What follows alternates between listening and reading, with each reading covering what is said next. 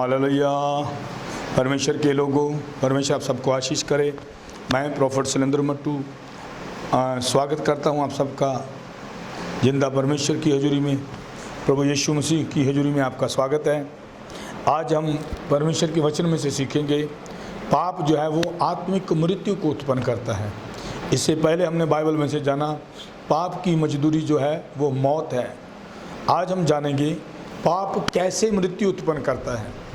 पाप जो है वो शारीरिक मृत्यु के लिए नहीं है। शरीर में तो सब मरेंगे, चाहे वो धर्मी हो चाहे वो पापी हो। शरीर में जो पैदा हुआ वो एक दिन मरेगा जरूर, लेकिन पाप जो है वो मनुष्य को आत्मिक मृत्यु देता है, आत्मिक जीवन से दूर ले जाता है। जी, पहला तीमुथियुस जब हम 5 अध्याय 6 वचन पढ़ते हैं तो बाइबल इसमें इस प्रकार से जिक्र करती है। पर जो भोग विलास में पड़ गई वह जीते जी मर गई है। जो भोग विलास में पड़ गई वह जीते जी मर गई। खुदा के लोगों, इन वचनों को सीखने के लिए सुनना, इनसे सीख कर अपनी ज़िंदगी को सफल कर लेना। मुझे याद है 2013 की बात है, मैं जब लुधियाना में ईसा नगरी में प्रचार कर रहा था, वहाँ हमारी एक छोटी सी कलीसिया थी। वहाँ एक हमारे असिस्टेंट पास्टर के पास मैं जाया करता था। तो जब मैं वहाँ प्रचार किया तो कुछ औरतें मेरे पास पूछने आई, प्रॉफिट जी आपने कहा कि जो भोग विलास में पड़ गई वो जीते जी मर गई, मतलब कि क्या हम भोग विलास में हैं? सो मैं किसी को स्पेशल टारगेट नहीं कर रहा हूँ। आज के इस वचन के द्वारा हम सीखेंगे, बाइबल कहती है, मैं नहीं कह रहा हूँ, जो भोग विलास में पड़ गई वो जीते जी मर गई। संसार में हम आए हैं संसारिक सफ़र के लिए। हर इंसान एक फैमिली में रहता है, परिवार में है, बच्चों में है, रिश्तेदारों में है, भाई बहनों में है। लेकिन इस जीवन के साथ साथ यदि हमें स्वर्ग में जाना है तो हमें परमेश्वर के उन वचनों के अनुसार जीना होगा जिससे कि परमेश्वर हमें ग्रहण करे।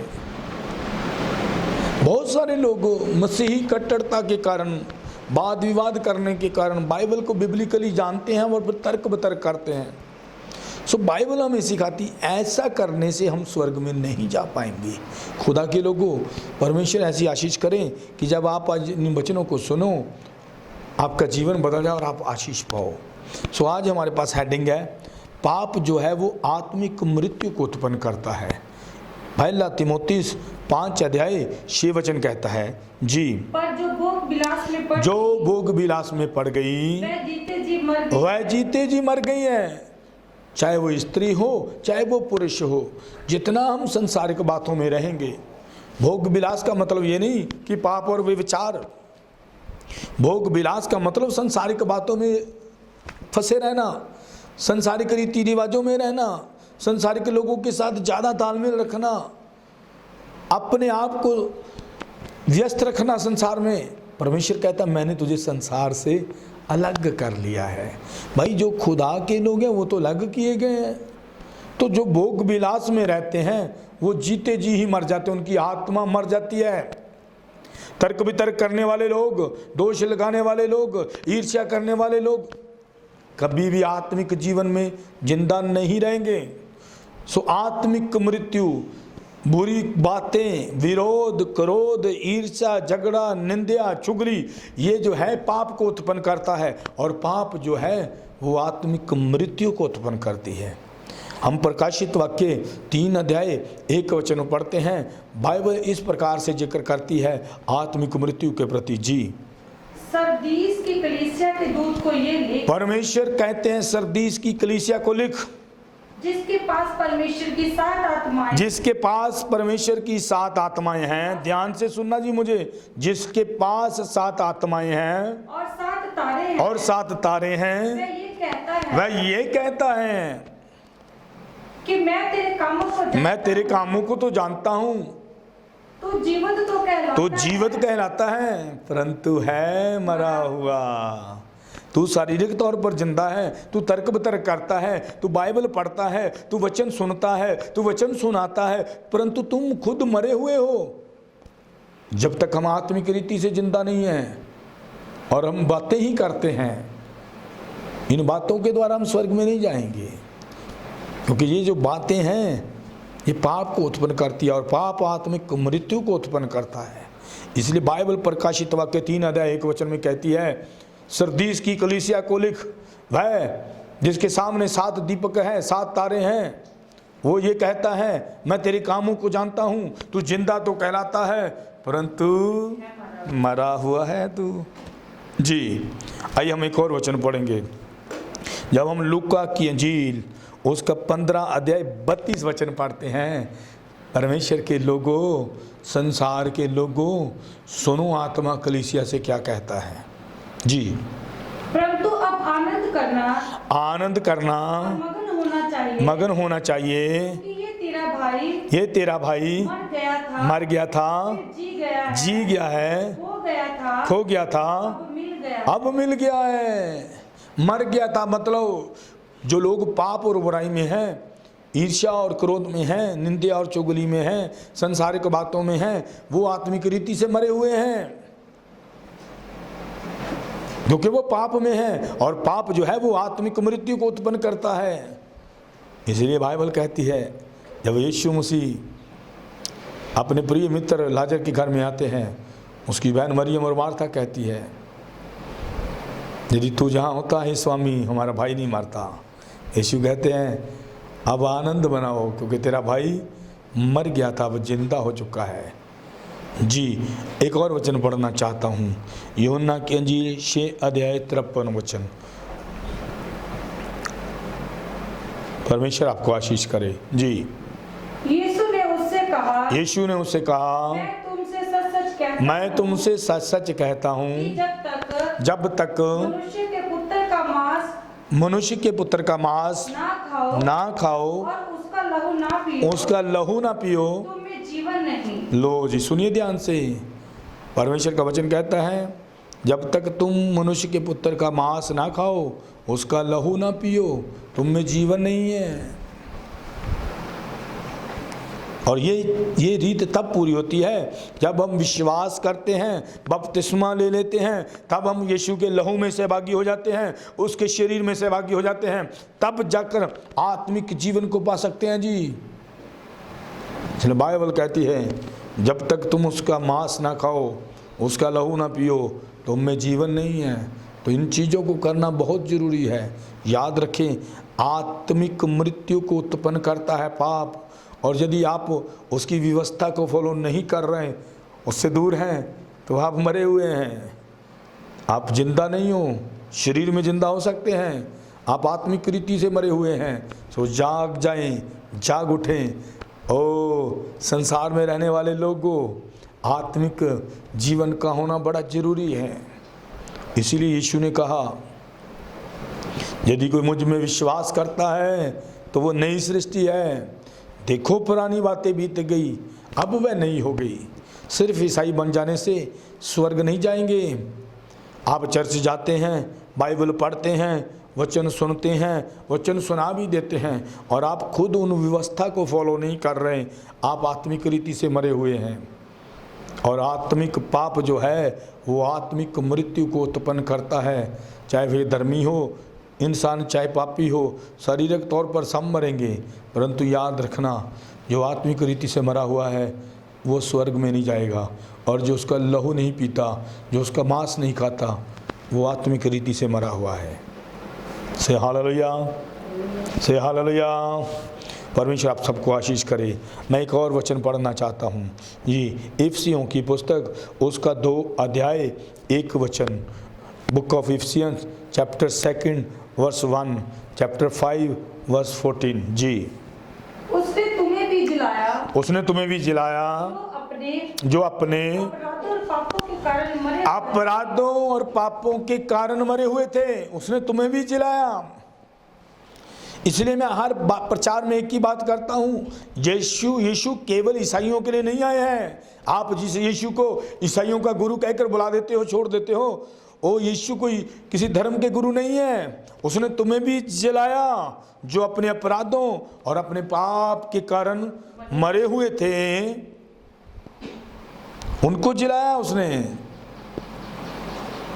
इफिसियों 5:14 कहता है, इस कारण वह कहता है वाले हे सोने वाले जाग जाग, और मुर्दों में से मुर्दों में से जी उठ। खुदा के प्यारों, संसारिक बातों को छोड़ो, मुर्दों में से जी उठो, क्योंकि संसारिक बातें मुर्दा करते हैं। क्योंकि हमने पढ़ा है, बाइबल कहती है, वो कहता है सुरदीस की कलीसिया को लिख, वह यूं कहता है जिसके सामने 7 तारे हैं और 7 दीवट हैं, वो कहता है मैं तेरे कामों को जानता हूँ, तू अपने आप को जिंदा तो कहता है परंतु है मरा हुआ। क्यों? क्योंकि तू पाप में है और पाप आत्मिक मृत्यु को उत्पन्न करता है।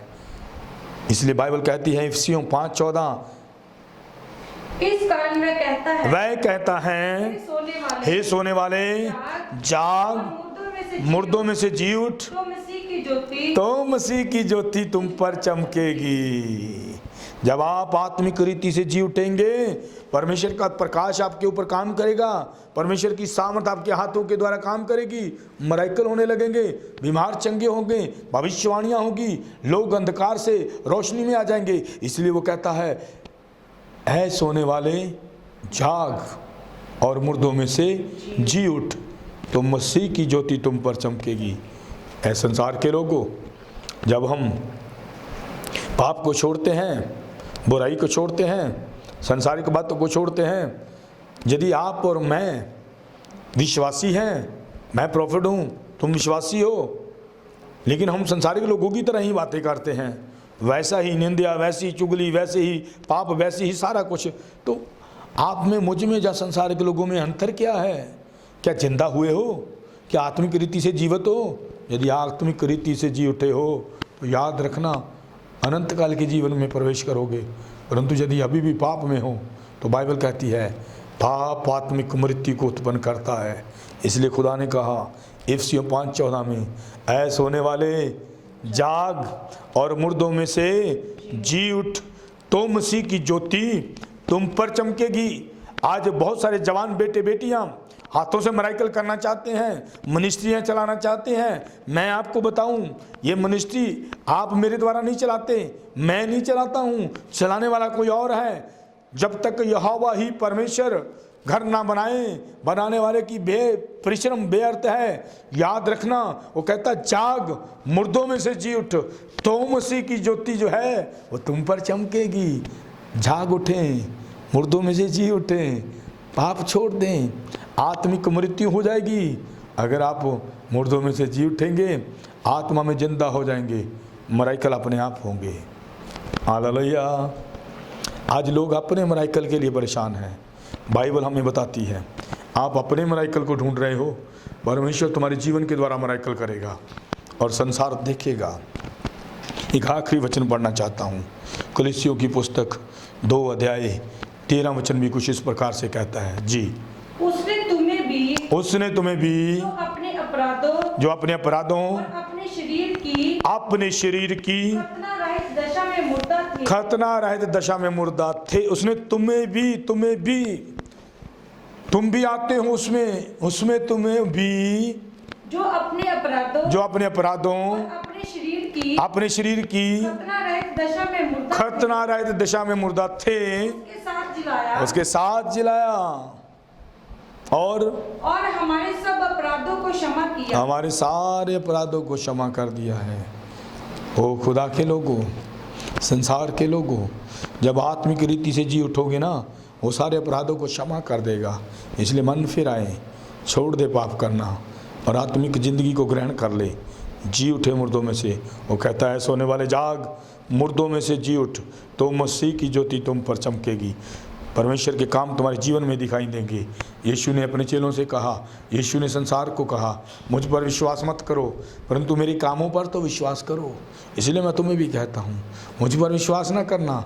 यदि उसका आत्मा मुझ में है, यदि उसने मुझे प्रॉफिट ठहराया है, तो वो प्रॉफिट की तरह इस्तेमाल करेगा। वो तुम्हारे जीवन को इस्तेमाल करना चाहता है। वो तब होगा जब आप पाप छोड़ देंगे, आत्मिक मृत्यु दूर हो जाएगी आपसे, आप आत्मा में जी उठोगे और जीवन पाओगे, और वो जीवन बहुतायत का होगा और तुम्हारे जीवन के द्वारा चिन्ह और चमत्कार होंगे। तुम्हारे जीवन के द्वारा परमेश्वर की महिमा होगी और परमेश्वर तुम्हें इस्तेमाल करेंगे। तब संसार जान जाएगा कि उसका सामर्थ्य याद तुम पर है, और फिर तुम्हें अपनी इंट्रोडक्शन खुद नहीं देनी पड़ेगी, वो खुद तुम्हारी इंट्रोडक्शन देगा। परमेश्वर आपको आशीष करे। इसलिए याद रखें, आज का हेडिंग पाप जो है आत्मिक मृत्यु को उत्पन्न करता है। इसलिए छोड़ दें ऐसी बातों को जो आपको परमेश्वर से दूर लेकर जाती है। ऐसे काम करें, क्योंकि लिखा है पहला तिमोथी 5:6, जो भोग विलास में पड़ गई वो जीते जी मर गई। जो इंसान संसार में खो जाता है, संसार के कामों में व्यस्त हो जाता है, वह परमेश्वर से दूर चला जाता है। परमेश्वर आपको बुला रहे हैं, खुदा की हजूरी में आ जाए, मुर्दों में से जी उठे, तो वो अपना प्रकाश तुम पर चमकाएगा और तुम्हारे जीवन के द्वारा उसकी महिमा होगी। परमेश्वर आपको आशीष करे। हम प्रार्थना करेंगे। ऐ खुदावन, इन वचनों को सुनने वालों पर आशीष करे पिता। अपना अनुग्रह करे कि खुदावन सुनने वाले लोग आशीष का कारण हो जाए। वह 30 गुना 60 गुना 100 गुना फल लाए पिता। रीसे के नामो दे ना संद ना मुश्य। यीशु मसीह नासरी, यहाँ जहाँ भी ये वचन जाएं, इनको सुनकर लोग आशीष पाएं, यीशु के नाम से। आमीन आमीन हालेलुया। परमेश्वर के लोगों, परमेश्वर आप सबको आशीष करे। फिर से एक बार मैं प्रॉफिट सिलेंडर मट्टू स्वर्गीय परमेश्वर प्रभु यीशु मसीह की हजूरी में आपको आशीष करता हूँ। God bless you.